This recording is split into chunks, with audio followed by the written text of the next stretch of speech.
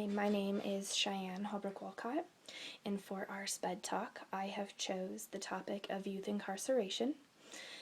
This has always been a topic of kind of interest to me. I did kind of get some first-hand experience with this topic.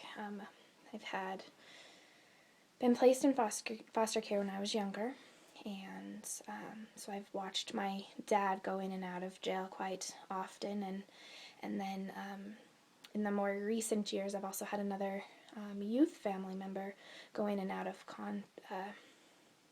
confinement and go to different treatment programs that were offered in Montana for that individual.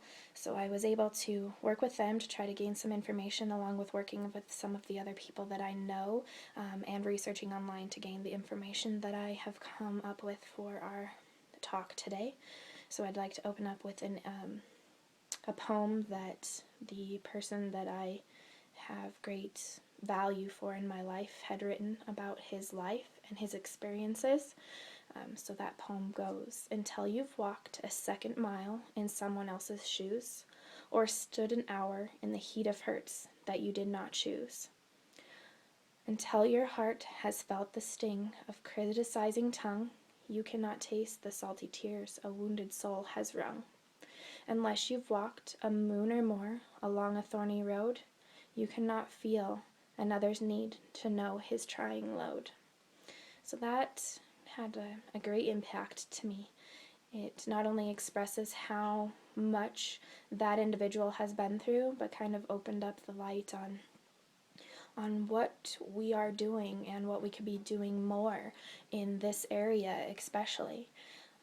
When I was researching, I found that, although we are in a huge decline in the amount of youth that we are putting in incarceration, that's still a significant amount. In 2010, there was an average of about almost 10,000 people that were still, 10,000 youth that were still being placed in confinement, and then of that, 75% of all youth that are confined are for non-violent crimes, meaning that a lot of them, there's a different measure that we could be taking to provide them with the knowledge and the know-how to live their life and to not even have been placed there.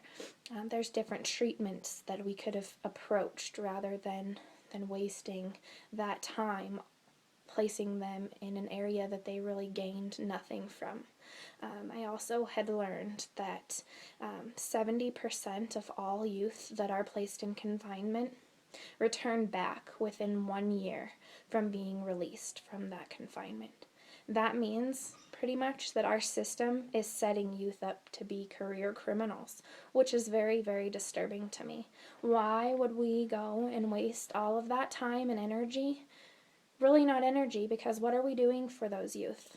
If that's telling me that we're doing nothing for those youth, so basically we're wasting their time being locked up for them to just go out and make those same choices, when we could be using that time to instill in them behaviors to prevent that from happening again. Those behaviors could teach them life skills to carry on their lives in a better fashion, to where they are not being bombarded with these same type of choices in the future, these same acts of violence and hatred towards others. We could be teaching them, personal skills and life-building skills to gain the relationships and the trust that they need, to where they wouldn't have to worry about wanting to go out and commit a crime that pretty much tells me that the last resort for this type of person is to just lock them up so that they're not a bother to the world. If there's nothing that they think, I feel that by doing this, I know, at least in my experience with foster care, I know I didn't have a voice really, and that concerns me, because I feel that maybe that's how these people and these youth that are being confined are feeling as well. They don't have a voice. It's like, we have no place for you, so let's just go ahead and put you in prison or put you in jail. That doesn't say very much about our country. we should be doing better for these youth to get them on a path to where they are not wanting to commit crime, to where they are being able to lead a successful life after they've done their time for a crime that they do need to. Right now, the United States is more in what they call a de-incarceration trend. They are looking for more ways to provide cost-effective and humane treatment that provides better outcome for the youth that do become confined, which is great news. However, they do still have a lot of work to go. The spots for incarceration are now being limited, which is another awesome use of that money as well. And one great thing that they are doing is providing and establishing more treatment-oriented facilities. Now, only if we could get more, that would be greatly needed. Another effect and another choice that they are starting to do is bringing in more community-based programs. There's this program called the RISE that teaches youth different personal life skills and relationship building skills to better prepare them for the adult world, rather than seeking crime and vindication to get out that anger and get out that hurt. Allowing them another alternative, teaching them the job skills that they may not have been, teaching them work ethic, putting their skills and their focus in better use, which I think is great.